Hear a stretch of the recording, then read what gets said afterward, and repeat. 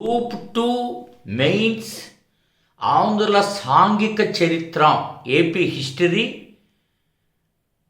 5 అంశాలను గట్టిగా నమ్ముకుంటే 70 మార్క్స్ పక్కా.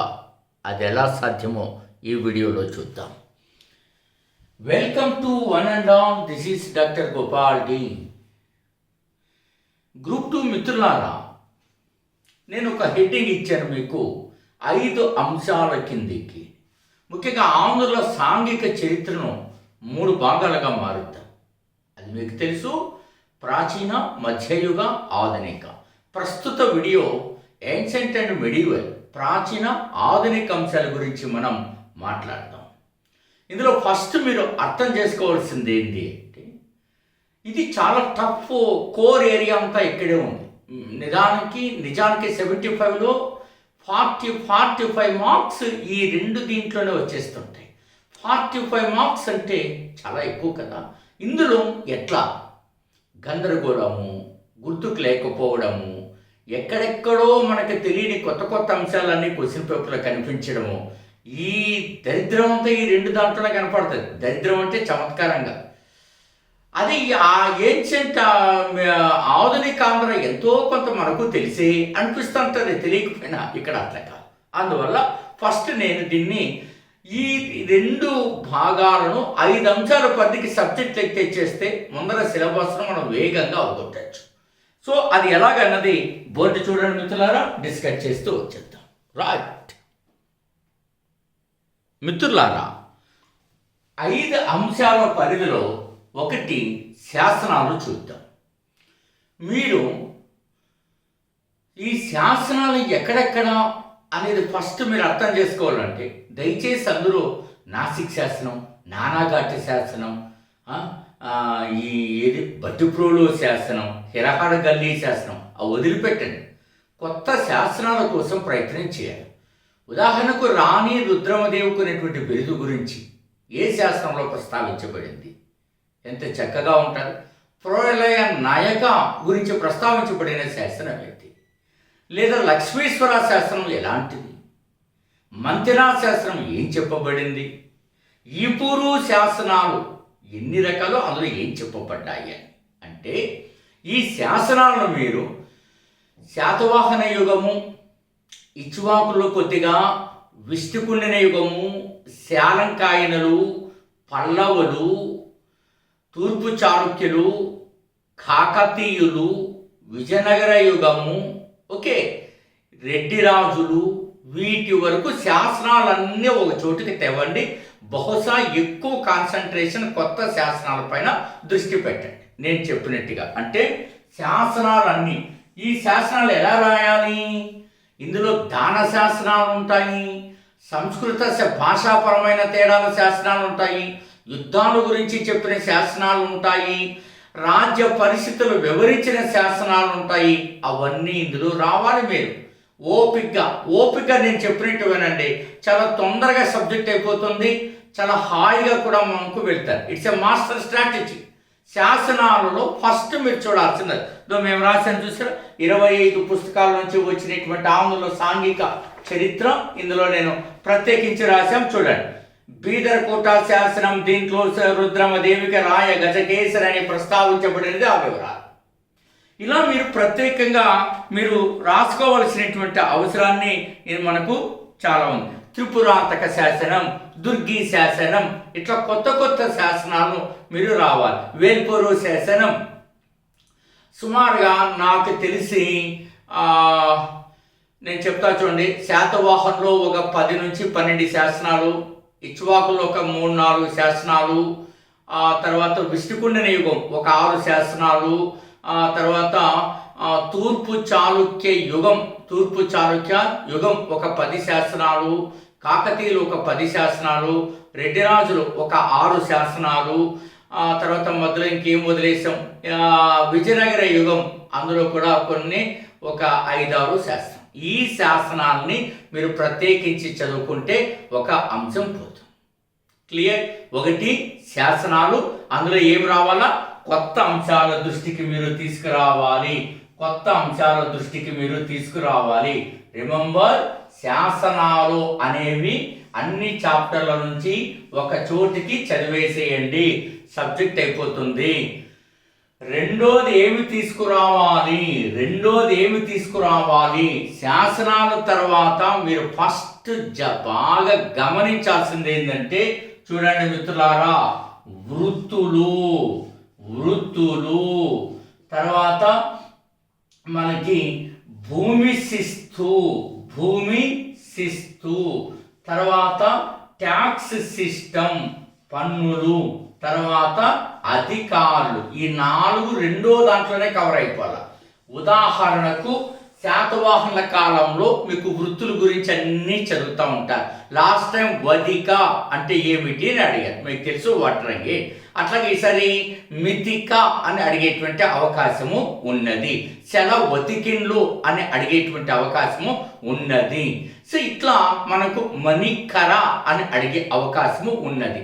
చాలా వృత్తుల్లో చాలా కొత్త అంశాలన్నీ ఉన్నాయి, మీరు అవి చదవాలి.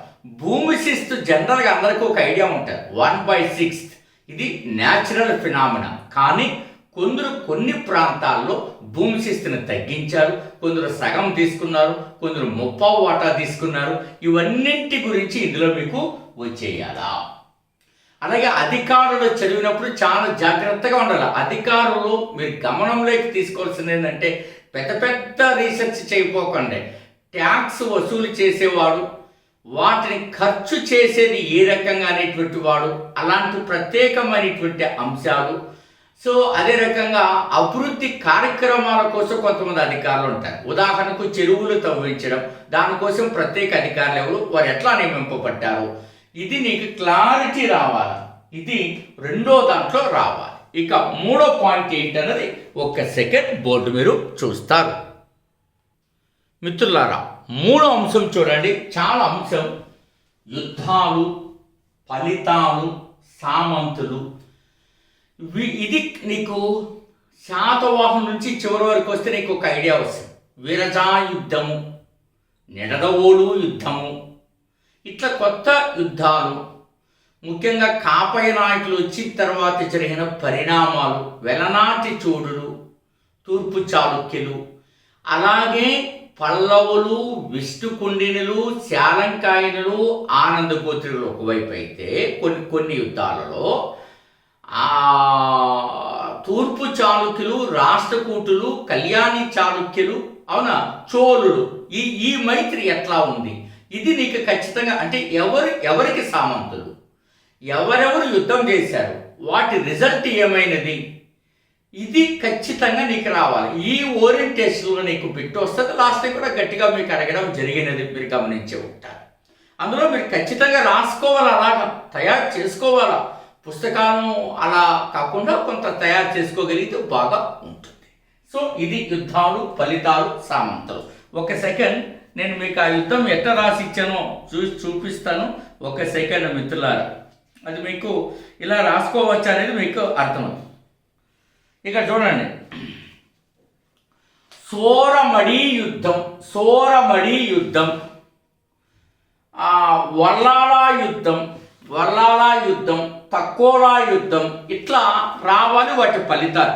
ఉదాహరణకి సోరమడి యుద్ధము నేనేమి రాశాను, ఈ యుద్ధము బాణులు, వైదంబులు వర్సెస్ నోలంబుల మధ్య జరిగినది. బాణులు, వైదంబులు ఒకవైపు, నోలంబులు మరోవైపు జరిగింది. సో ఈ యుద్ధంలో బాణులు, వైదంబులు ఘన విజయం సాధించారు. సో ఈ బాణులు స్వతంత్రులయ్యారు. దాని యొక్క ఫలితం చాలా ముఖ్యమైనటువంటి పరిణామాలకు దారితీసింది. ఇది మీకు ప్రధానంగా చెప్పాల్సింది, రైట్.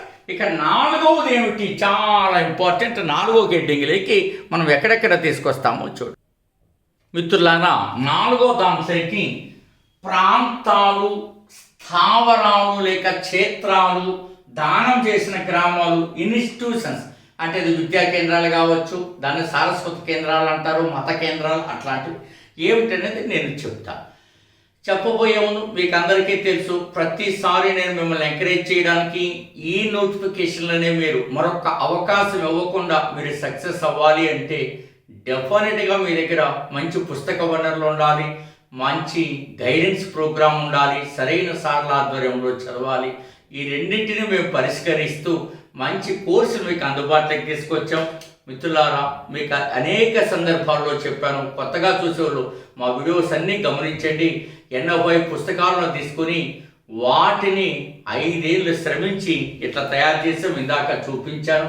అంతేకాకుండా భారత రాజ్యాంగం 14 పుస్తకాల నుంచి మీరు ఏ పుస్తకం అన్నా చూడండి, ఇన్క్లూడింగ్ లక్ష్మీకాంత్ టీడీ బస్సుతో సహా ఇంత నీట్గా ప్రింట్ తోటి, డిజిటల్ ప్రింట్ తోటి మీకు తీసుకురావడం.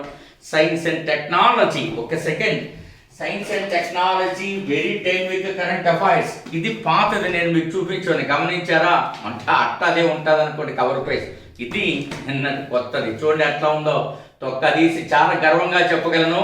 అందరికీ కష్టమైన దాన్ని ఈ దేశ అధికారిక వెబ్సైట్లు, శాస్త్రీయ వెబ్సైట్లు, అత్యున్నత సంస్థలు ఆంగ్లకు గ్రంథాలు రూపిస్తున్న సమాచారాన్ని క్రోడీకరించి మా విజ్ఞానాన్ని జోడించి అభ్యర్థులకి నేను చేస్తున్నటువంటి ఒక చిన్న చిరు సహాయం అనేదానికంటే పెద్ద సహాయమే మిత్రులారా. అలాగే ఎకానమీ మీకు అప్డేట్ అవుతుంది. ఇట్లా పుస్తక వనరులు, గైడెన్స్, భారతదేశంలోనే ఎక్కడ లేనట్టుగా యాప్లోనే మెంటార్షిప్.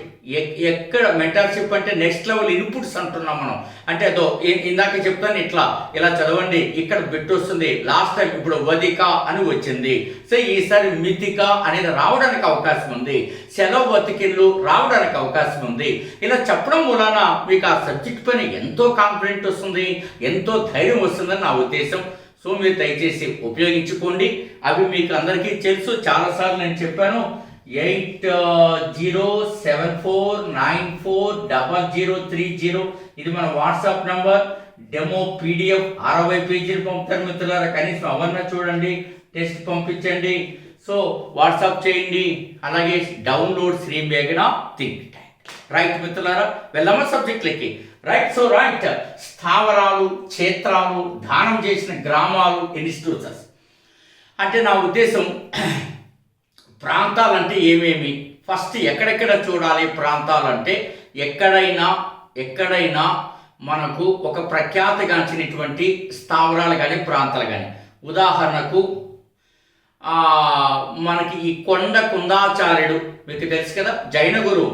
ఆయన ఒక ప్రత్యేక శిక్షణ ప్రాంతాన్ని ఏర్పాటు చేసి అక్కడ ట్రైనింగ్ ఇచ్చేవాడు. ఆ ప్రాంతాలు ప్రముఖ జైన కేంద్రాలు వాటి ఉదాహరణకు గోలి అనేటువంటి ప్రాంతం. ఇక్కడ మీరు బౌద్ధ మతం చదివినప్పుడు